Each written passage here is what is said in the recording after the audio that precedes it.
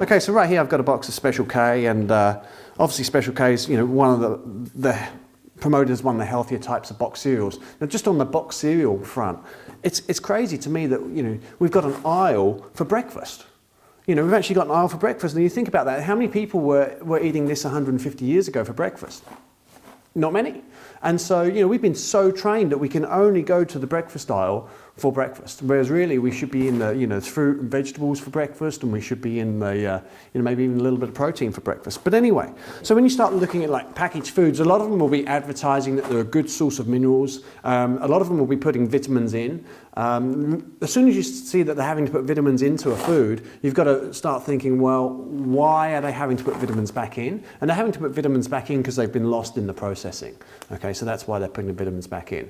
So then you've got to ask yourself, what kind of vitamins and minerals are they putting back in? Are they the type of vitamins and minerals that our body likes? So when it comes to minerals, the minerals need to be chelated or ideally attached to a protein in the soil, and that's how we absorb them. So when we start looking at the minerals they've put in here, we've got calcium carbonate, we've got iron, and we've got zinc oxide.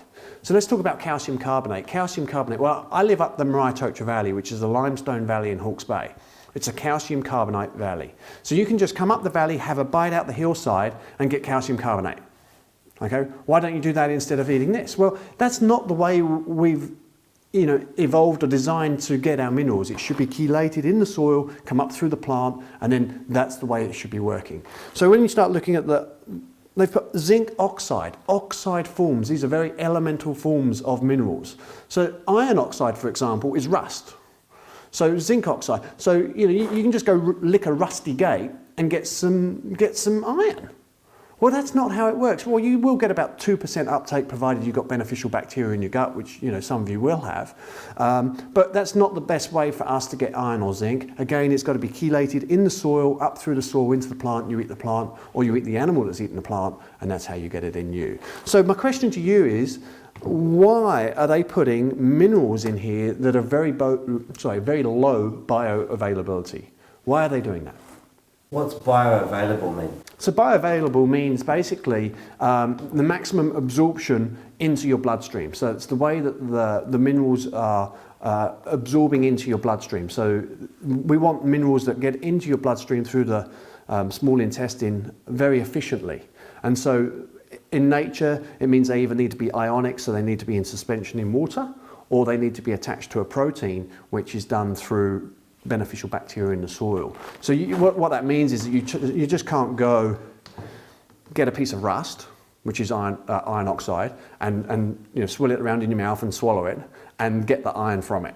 You'll only get about 2% uptake from that.